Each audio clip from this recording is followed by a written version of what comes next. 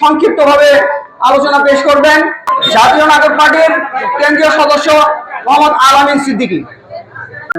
দ্বিতীয় দলিল, তৃতীয় দলিল আমরা পেলাম কত? 386। লাস্ট হলো 1999। 1999 ওই 99 মধ্যেও দেখি 1986। 1986 তো পেন্টাগ্রাফ অনুযায়ী 88 60 খতিয়ান আমাদের 88 60 কত নাকি 8860। ওইখানে দেখা যায় পেন্টাগ্রাফ অনুযায়ী মসজিদের জায়গা।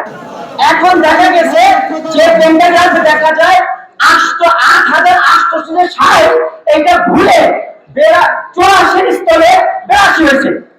84 স্থলে 82 হয়েছে। এখন ওইটা উঠছে। এখন আসেন তাহলে এক নম্বর হলো এখান থেকে প্রায় 1.5 কিলোমিটার দূর গোলাম মাসুমের ওই জায়গায় পরে 386। আমরা তিনটা দলিলে 86 এত দূরে। আর আমার হলো 10 কাঠা মসজিদের জমি, 5 কাঠায় আমি আছি, 5 কাঠায় আমি আছি। এটা হলো 83 84। কিন্তু পেন্টাগ্রাফ অনুযায়ী 8860 খতিয়ানে এই 82 কে 84 দেখায়। এখন আসেন জটিল সমীকরণ, যারা আমরা কাগজ বুঝি না যে কেউ কি পারবে। এখন একদম লম্বা সময় জানি অমুকে 100 বছর থাক, 500 বছর থাক, আল্লাহর জমি যদি হয় ছাড়তেই হবে, ছাড়তেই হবে।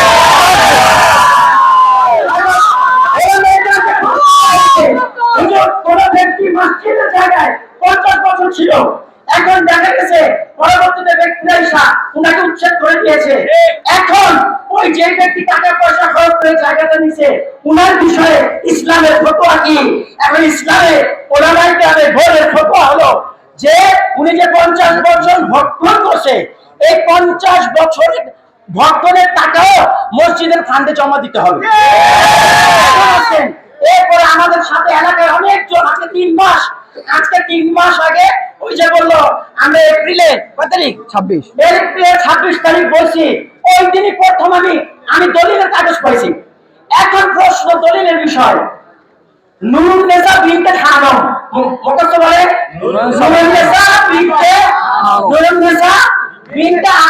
নবাব ইউসুফ চান। তো দেখা গেছে 1951 সন কত 1951 অর্থাৎ পাকিস্তানের আরো 20 বছর আগে। নুরুন নেসা যে আমরা সবটির প্রতিনিধি, ঠিক নাকি বলেন? মসজিদের নাম্বার কত বলেন? মসজিদের নাম্বার কত বলেন? আপনি বলতে দেন। এই দেখুন এখন তুই একবার শাসনকে সালাম ভাই একটু আল্লাহর রাস্তায় একটু ধৈর্য ধরে আমি আপনার পক্ষেই বলতেছি। উনার দলিল অনুযায়ী সবাই একটু খেয়াল করেন, উনার দলিল একটা দলিল পেয়েছি, সেটা হলো 1938 সন। সবাই বলেন 1938 সন। ওই 38 সনের দলিলের মধ্যে দাগ খতিয়ান বায়া দলিল কিছু নাই। দাগ খতিয়ান বায়া দলিল কিছু নাই। একটা দলিলের কথা কি বুঝতে পারছেন? তাহলে 38 এর দলিলে দাগ খতিয়ান বায়া দলিল নাই। এক। দ্বিতীয় নাম্বার উনার দলিল হলো 74 সন। কত সন? 1995 আমার দাদির হয়নি। বিশ্ব রোডের মধ্যে আমার 2টা টাওয়ার। আমাদের ফ্যামিলিগত ভাবে প্রায় 15-20 লাখ টাকা মাসে ভাড়া ওঠে। কেউ যদি বলে আমি চাঁদাবাজি করি, আমার চিপ আমি কেন ফেলবো? এইরকম মানুষকে তহমত দেওয়া, অপবাদ দেওয়া, এটা কোনো যুক্তিযুক্ত হয় না। এরপরে আপনারা যারা আসছেন, উপস্থিত হয়েছেন, বারেক ভাই আমাকে অনুরোধ করেছেন, আব্দুর রহমান আমাদের বঙ্গবন্ধু কমপ্লেক্স, তার মাধ্যমে সাংবাদিকদের মাধ্যমে আমার সাথে যোগাযোগ করছেন এবং বলছেন যে আমরা মিয়া বসি। আমি ওনাকে বলি, আমার সালাম ভাইকে অনুরোধ করি বিষয়টা ভালো করে, এখন মনে করেন যেহেতু ধর্ম মন্ত্রণালয় বলেন, এরপরে স্বরাষ্ট্র মন্ত্রণালয় বলেন, পুলিশ কমিশনার বলেন, ডিসি মহোদয় বলেন, আমার থানা ওসি মহোদয় বলেন, এমন কোন জায়গা নেই। বিএনপি সেন্ট্রাল কমিটি বর্তমানে যারা বিএনপি করেন তাহলে তো আমাদের সাহেবের কানেক্ট হয়েছে। ঢাকা মহানগরের মধ্যে কোন সমস্যা হলে তানভীর ভাই দেখেন, তার নলেজও দেওয়া হয়েছে। যত জায়গায় যেতে পারেন, যদি আপনি পান আমরা ফুলের মালা দিয়ে দেব, কিন্তু খবরদার ভাইব্রেশনে যাবেন না, ভাইব্রেশন সহ্য করা হবে না। আমি ইসলামী আন্দোলন বংশাল থানার ভাইস প্রেসিডেন্ট আজকে ঘোষণা দিতে চাই, সারা বংশালের মধ্যে যেখানে ত্রাস হবে, সন্ত্রাসী হবে, সে জায়গায় আমরা তার প্রতিরোধ করি। আজকে প্রতিবাদ করতে হয়েছে। কে বা কারা মসজিদে করছে রাজনীতি জমিতে তারা সাইনবোর্ড ব্যবহার করে রাতের আধারে জমি দখল করতে চায়, আমরা তাদেরকে অবাধিত ঘোষণা করলাম। আমরা সবাই দলমত নির্বিশেষে আমরা শান্তিপূর্ণভাবে অভিযোগ করতে চাই। আমরা 5ই আগস্ট রক্ত দিয়ে আমরা জীবন দিয়ে সন্ন্যাসের হাত থেকে পতন ঘটিয়েছি। আমরা বলতে চাই, আর কোনো সন্ন্যাসের ঠাঁই হবে না। মানুষ তাই শান্তি চায়, তারা ইংরেজরা তারা ইসলামের পক্ষে অবস্থান করতে চায়। আমরা মসজিদে মিটিং করেছি, মসজিদের পক্ষে রায় এখন আছে।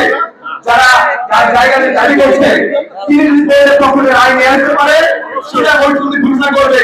কিন্তু এর পূর্বে মসজিদের জমিতে যে ভবন রয়েছে, এই ভবনে একটি ইট যদি কেউ করার চেষ্টা করে তার হাত ভেঙে দেওয়া হবে। আমাদের রক্ত থাকবে, জীবন থাকবে, মসজিদে কেউ দখল করতে পারবে না। এই প্রশ্ন আমরা সরকার চাই না। আমরা আল্লাহর ঘর মসজিদ হিসেবে দাঁড়িয়েছি।